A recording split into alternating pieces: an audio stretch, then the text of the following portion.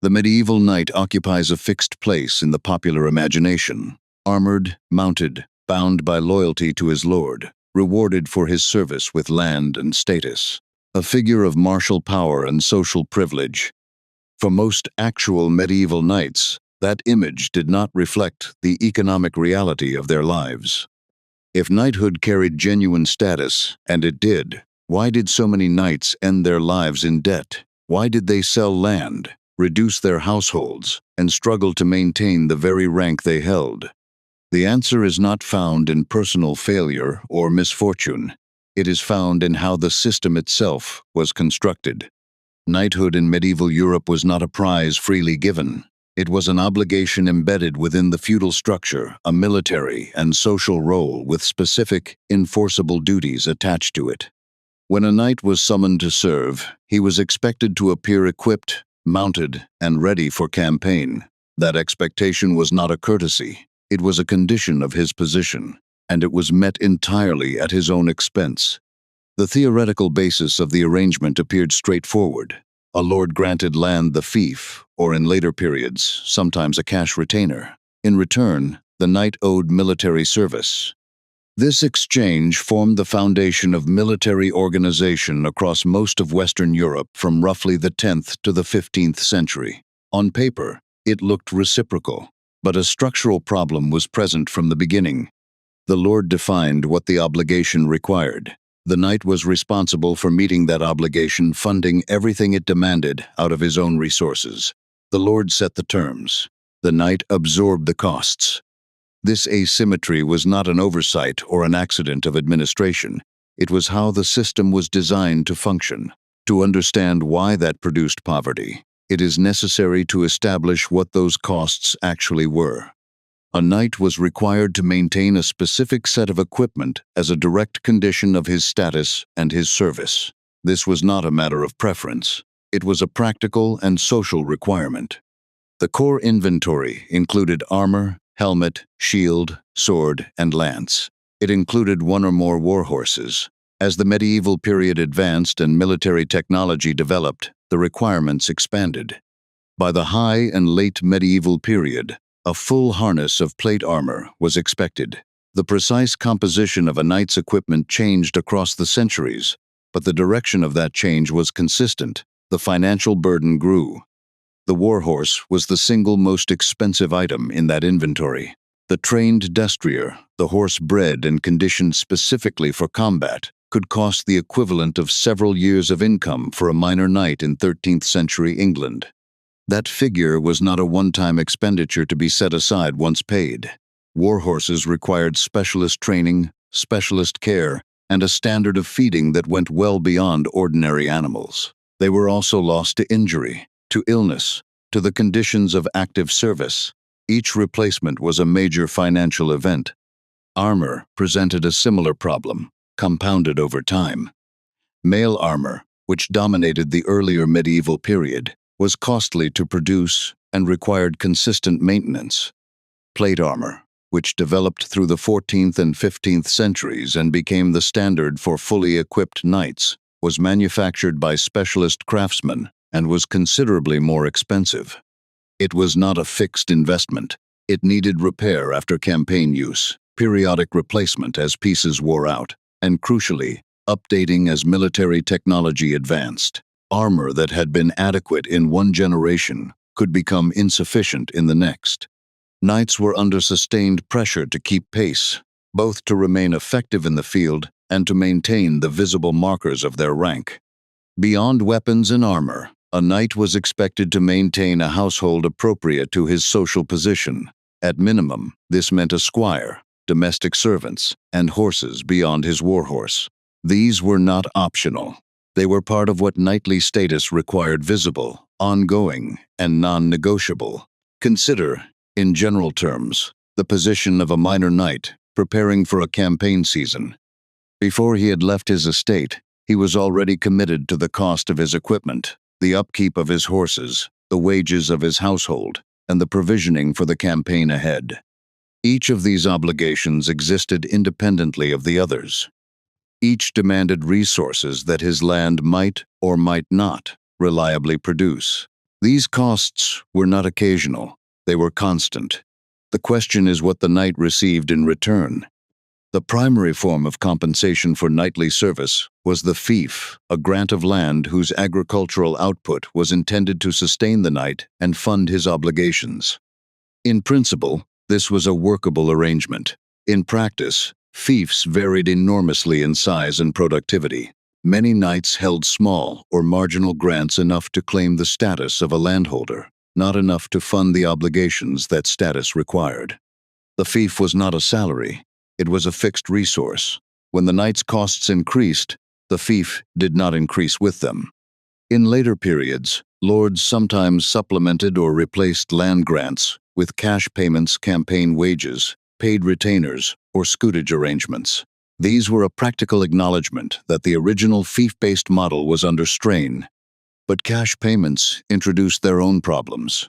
They were irregular in frequency, they varied in amount, they were frequently delayed, and, in documented cases, withheld entirely. A knight could serve a full campaign season and return to find his wages in arrears, partially paid or not paid at all. Lords paid when they were able, or when it served their interests. The knight had no reliable mechanism to compel otherwise. In the earlier medieval period, the situation was often more direct. Lords expected military service as a feudal duty, an obligation already compensated by the original land grant. The knight had received his fief. Service was the return owed. Under this framework, there was no formal expectation of additional payment, and therefore no mechanism through which the knight could recover the costs of campaign service. The core imbalance can be stated plainly. The knight's obligations were fixed, constant, and non-negotiable. His income was irregular, structurally limited, and insufficient to the demands placed upon it. This was not a problem that a diligent or capable knight could solve through better management. It was built into the architecture of the system itself. Military campaigns removed knights from their land for extended periods. Weeks were common, months were not unusual. For distant campaigns, absence could extend beyond a year. During that time, the knight was not present to oversee his estate. Agricultural supervision declined. Revenue collection became unreliable. Maintenance work was deferred or neglected. The estate did not pause in his absence. The costs of running a household, paying dependent staff, and maintaining the property continued regardless of whether its owner was present to generate income from it. At the same time, the knight bore the full personal costs of the campaign itself. He provisioned himself and his retinue in the field. He fed and maintained his horses under conditions significantly harder than those at home. He replaced equipment lost or damaged during service. Field conditions accelerated the deterioration of armor and reduced the useful working life of horses. The rates of loss were higher on campaign than they were in peacetime. Every campaign season was, in financial terms, a period of simultaneous income loss and accelerated expenditure. Revenue from the estate fell. Expenditure in the field rose. The gap between the two was absorbed by the knight's own resources. This created a structural irony. The more fully a knight performed his obligations, the more active his service, the more loyal his response to his lord's summons, the more rapidly his financial position deteriorated. Service was not economically neutral. It was actively damaging to the knight's economic stability. A knight who avoided service preserved his finances better than one who served faithfully and consistently. Consider the financial position of a minor knight across a single campaign season. He departs with resources sufficient to meet his immediate obligations. He spends several months in the field, maintaining his horses, replacing damaged equipment, provisioning his retinue. He returns to an estate that has been imperfectly managed in his absence, with revenues below what they would otherwise have been. The net result of a season of loyal service is a financial position measurably worse than the one he left. Repeated across multiple campaign cycles, the outcome was predictable, and it had a name. When income failed to cover obligations, knights borrowed. They used land as collateral against loans intended to bridge the gap between what the system required of them and what it provided. This was not exceptional behavior. It was documented and widespread across medieval Europe. Borrowing against land was a standard response to a structural problem for which there was no structural solution. The sources of credit available to knights were historically identifiable. Jewish moneylenders played a significant role, particularly in England and France, before their respective expulsions in the 13th and 14th centuries. Italian merchant banking houses operated across much of Western Europe and provided credit to landholders of various ranks. Ecclesiastical institutions also participated in credit arrangements, though typically under different terms and frameworks.